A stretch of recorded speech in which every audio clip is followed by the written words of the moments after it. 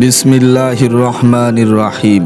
আজকের আলোচনা মানুষ মৃত্যুবরণ করার পর তার মৃতদেহ কতদিন পর্যন্ত অক্ষত অবস্থায় থাকে এ নিয়ে আপনাদের সামনে কিছু সংক্ষিপ্ত আলোচনা করব ইনশাআল্লাহ। বিজ্ঞানীদের দৃষ্টিতে মৃতদেহকে কবর দেওয়ার 24 ঘন্টা পরে মানুষের শরীরের ভিতর থেকে এমন পোকার উৎপত্তি হয় যা মৃতদেহের বায়ুদ্বার দিয়ে বের হতে থাকে। তারপরে এমন দুর্গন্ধ ছড়ায় যা সহ্য করা অসম্ভব, আর ওই দুর্গন্ধ পোকার সমগোত্রীয় পোকাদের নেমন্তন্ন দেয়। দুর্গন্ধ পেয়ে সমস্ত পোকামাকড় বিছে মানুষের মৃতদেহের দিকে যাত্রা শুরু করে, আর সবাই মিলে মানুষের মাংস খাওয়া শুরু করে দেয়। মানুষের দেহকে কতটা ভালোবাসে, একটু কেটে গেলেই মানুষ কতটা কষ্ট পায়। আবার একটা অঙ্গহানি হলে মানুষের দুঃখর কোনো শেষ নেই, অথচ শরীর থেকে প্রাণটা বের হয়ে গেলেই এই স্বাদের দেহ পোকামাকড় খেয়ে ফেলবে। কবরস্থ করার 3 দিন পরে সবচেয়ে প্রথমে নাকের অবস্থা খারাপ হতে শুরু করে এবং পচন ধরে যায়। অথচ এই নাক মুখের এমন একটি অংশ যেটি চ্যাপ্টা হলে মানুষের একরকম দেখা যায় এবং নাক খাড়া হলে আর এক রকম দেখা যায়। এই নাকের উপর ডিপেন্ড করে মানুষের সুন্দর চেহারা।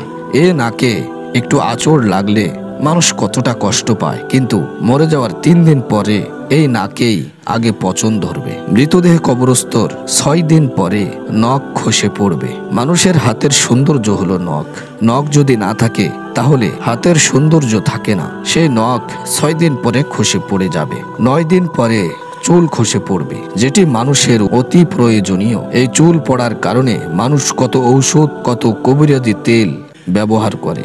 এই চুলের যত্ন করার জন্য মানুষের সৌন্দর্য আরো বাড়িয়ে দেয়। অথচ এই চুল মৃত্যুর 9 দিন পরে একা একাই খসে পড়ে যাবে। মানুষের শরীরের সমস্ত লোম ঝরে পড়ার সাথে সাথে তার পেট ফোলা শুরু হয়ে যায়। 17 দিন পরে পেট ফেটে তার শরীরের ভিতর থেকে সমস্ত অংশ বেরিয়ে আসে। 60 দিন পরে মৃতদেহের শরীরের সমস্ত মাংস শেষ হয়ে যায়। মানুষের শরীরে একটা টুকরো মাংস অবশিষ্ট থাকে না। 90 দিন পরে সমস্ত হাড় একে অপর থেকে পৃথক হয়ে যায়। 1 বছর পরে মানুষের শরীরে সমস্ত হাড় মাংস মাটির সাথে মিশে যায়, আর যে মানুষের মৃতদেহে কবরস্থ করা হয়েছিল তার সমস্ত অস্তিত্ব মুছে যায়। অতএব প্রিয় ভাই ও বন্ধুগণ, মানুষের এত অহংকার, এত আত্মগরিমা, এত হিংসা, এত বিদ্বেষ, এত লালসা, এত নাম, এত সৌন্দর্য, এত সম্মান, এত শক্তি, এত সামর্থ্য, এত দৌলত, এত ক্ষমতা এই বাদশাহী করে কোথায় যাবে? সব কিছুই মাটিতে মিশে যাবে। মানুষের অস্তিত্ব বলতে কি আছে?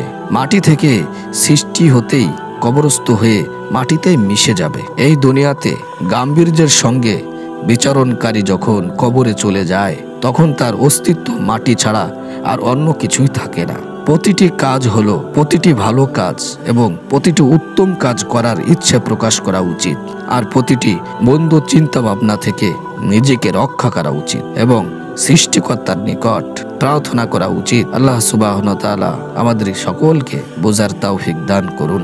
আমিন।